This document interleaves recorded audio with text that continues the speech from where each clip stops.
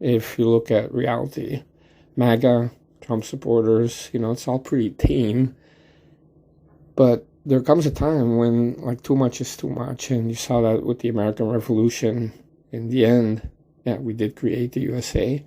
And now, who knows? But I do see, like, 2024 is the second American Revolution. It's Trump or tyranny. Trump or tyranny. It's very simple.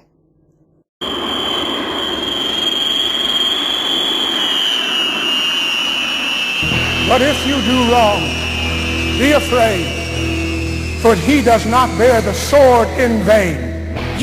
He is the servant of God, an avenger who carries out God's wrath on the wrongful. Well, I'm in a rock and roll band, and we were headed for the top, babe. Way back in 91, some wrecked business scumbags took it from us. Well, they forgot my gun. Well, now we're back in business, folks. Now come to claim what's mine. And to those who would try to oppose socialism on the United States, we again deliver a very simple message.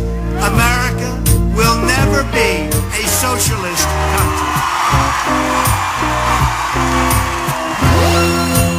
Hey, it's me, and welcome to this video. I hope you're staying strong and all in for Trump 2024. It's really Trump or tyranny. All these narratives by the left, by the establishment, the elites, they're falling apart one by one. Did you notice? And it's a beautiful thing. Freedom of speech does bring about a wake-up call, a heads-up, and clarification, right? A lot of people didn't know many of the things that are now being exposed. And it takes time. Some issues are so well hidden behind layers and layers of censorship and gaslighting. And you have so many people involved in hiding the truth, even YouTube itself, or Google, or some of the newspapers and media outlets on TV. They are all involved in suppressing the truth because they're scared of the truth. They're scared of common sense. It reminds me of, before 1776, the American Revolution. Patriots didn't have an internet, but they had taverns, where patriots would talk about politics, and you had some people printing out pamphlets, like Thomas Paine had a pamphlet, 47 pages, called Common Sense. And mainly it was about arguing for an independent USA and also criticizing the corrupt courts and judges, installed by the English. And right away you realize that we're in a similar situation right now. And instead of the English colonizing us, we have globalist scum in DC. They answer to President Xi or the WEF or the United Nations or the Atlantic Council or whoever bribes them. And so therefore their agenda is not America first. It's really working against the interests of the American people. And I saw a nice GIF the other day about the economic growth of various countries in the last many decades, starting in 1980. Of course, we remain number one the whole time. But I saw that China wasn't even in the top 10. And in the 80s, and especially in the 90s, Japan really rose to the top, like number 2 or 3, really making a lot of money, right? And, you know the cars and Sony and Walkman, all of those things. But there was still no China in the top 10. But after W. Bush was elected, suddenly China came from out of nowhere. And then for the next many years, you're talking about 2 terms with W. Bush and 2 terms with Choco and Boko. Then you're talking about a very long period of time. And during that time, China rose to the number 2 spot. And then sometimes even number 1. So it's really the Bush family. And then, Choco is just like a tool, right? He just continued whatever he was told to do. But it was really the Bush family that opened up all the opportunities for China putting China first. And, we talk about Hunter Biden and the laptop, but in those days, you had Neil Bush running around in China. You had lots of reports of prostitutes and drugs also with Neil Bush. I mean, you can Google it. It's still out there. And we don't have a laptop. And we don't know if there was 10% for the big guy, H.W. Bush, or other Bushes that profited from working for China. But it's really remarkable that China rose to the top of the world economies because of the Bush family selling out the USA. Yeah. And so now, of course, it's almost like we're hostages for the Chinese. And President Trump is the only one that was really tough on China. In fact, when you see the graph from the days of W. Bush and Choco and Bogo, it keeps rising. And then for those years that President Trump was president, suddenly it's stalled. You can really see it on the GIF. And that is because President Trump was actually tough on China, right? But the damage had been done in all those years, right? You're talking about 4 terms. That's 16 years of putting China first and putting America last. And all under the umbrella of free trade, right? They're always saying free trade, which is basically giving our trade away for free, moving companies to China and American jobs, of course. And so even now, W. Bush is pushing for illegals, and it's more of the same, right? Why is it that the Bush family is so interested in selling out the USA? And it was H.W. Bush who really convinced or badgered a failing Reagan in terms of health, right? That you had to do that 1986 amnesty, giant amnesty, which turned California blue. And it's going to be very difficult to, get past the cheat and make California red. It's almost impossible now. It's all thanks to the Bush family once again. But the narratives are falling apart. Election 2020, January the 6th, even climate change. And of course, Russiagate has been exposed. But of course, you don't have real prosecutions for the actual criminals. That would be asking too much. But like I said, it's almost like we're in the same conditions that we had in 1774, 1775, and so on, where you have people that are interested in the globalist agenda or empire putting the American people last. In fact, attacking the American people, confiscating weapons, and making their lives a living hell, and treating them like scum. And that's what you're seeing from the elites. They look down on the American people, American patriots. Now we even have political prisoners, and they're going after the leader of our movement, President Donald J. Trump. And so even though the narratives are collapsing, there's always some new ones coming along. But there is a difference, though, because once you have seen all the scams so far, especially the pandemic scam and the rest of it, you cannot unsee it and you cannot unexperience it. People have woken up, and maybe they went too far, and maybe they realized that. That's why they quickly got rid of the whole pandemic thing from one day to the next. And you can say, well, they solved it because of the jabs, but it is really true that the authoritarian approach did not work.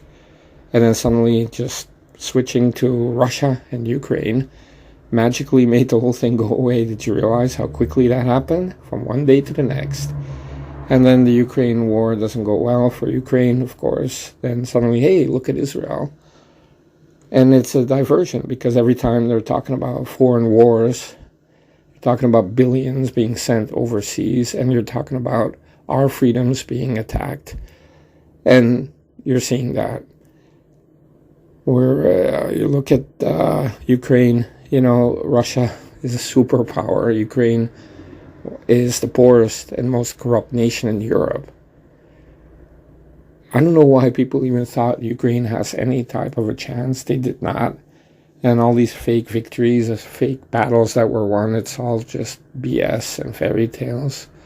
And I've said so. Russia just went in, they took the important part, the land bridge that they wanted. They actually got that in like 6 weeks. Then months later, they have the whole region there, that whole land bridge vote to join the Russian Federation. Game, set, match. I mean, that's it. There's no way Ukraine could ever retake those regions. It's over. It's over. And it's been over for a long time. So it's about Russia just, making sure that they have the strongholds. Like Bakhmut, they took Bakhmut. Now some of the others, it's just about playing defense now. And Russia survived the sanctions easily. And their economic growth is 3%, where the European Union said they would not even be able to get 2% or 1%. Well, it's 3%. And we find out now that the Biden regime is still buying oil from Russia all this time, yeah. And Russia has been doing very well. So they not only survived the sanctions, but they're richer now than they were before they invaded that part of Ukraine. So Russia won on every level, every metric that you have. And they did it at a minimal cost for them because of the oil prices, the whole special operation. It's been paid for. It's like for free. And they get a land bridge, all the resources that are there, oil, gas, everything.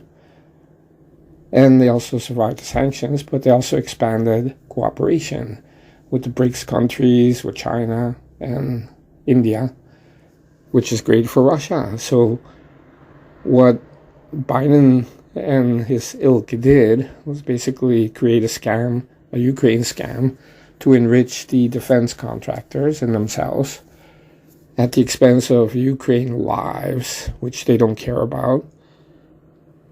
And they didn't even care if Ukraine can take back any regions. They don't care about that. It's all about the money. But was it really worth it? I mean, for the money. Okay, so these defense contractors can build more weapons and they have some revenue, but that doesn't make America great again. And it doesn't really help the economy that much. But what did Russia get?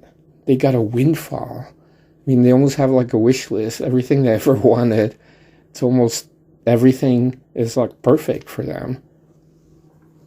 And they also use a lot of militias, which were former Ukrainian people that were living there in the republics, and mercenaries.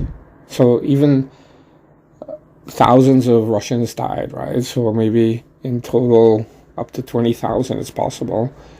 And then the rest of it was militias and mercenaries. But if you think about what they got in return, they really won. And they got the extra combat experience for all their troops, all their weapons, the hypersonics. And we look like we're behind on everything, hypersonics, but also recruitment. We have so much trouble. And I don't think NATO units can fight against this kind of a Russian army in a conventional sense. And even when it comes to missiles, nukes, Russia's so advanced, especially with the hypersonics, it's actually quite scary how advanced they are. And then you're looking at Israel, and you see that the Biden regime has been financing all sides of that conflict, even the Houthis and Iran, giving them billions. So you see a foreign policy that is a mess. It is confused. It is ill-conceived. And it's also based on the past. They're still looking at Russia like it's the Soviet Union.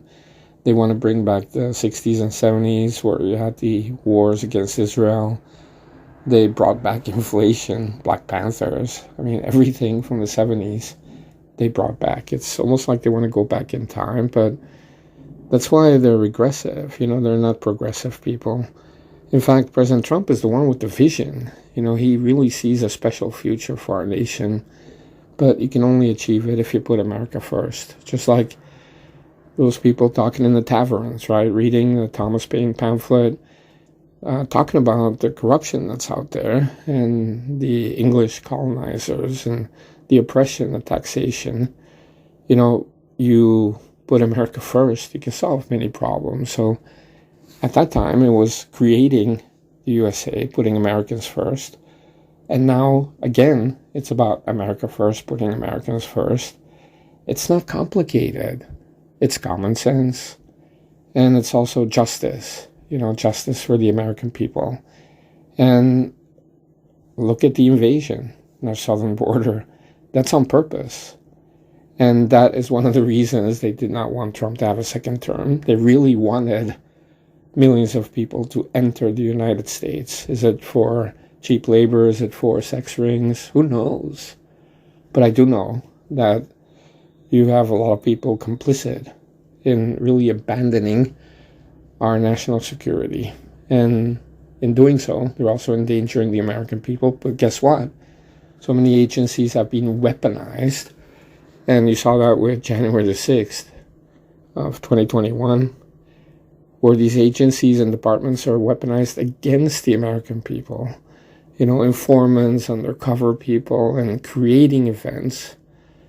Whereas, if you look at reality, MAGA, Trump supporters, it's all pretty tame. But there comes a time when, too much is too much. And you saw that with the American Revolution. In the end, we did create the USA. And now, who knows? But I do see, 2024 is the second American Revolution. It's Trump or tyranny. Trump or tyranny. It's very simple.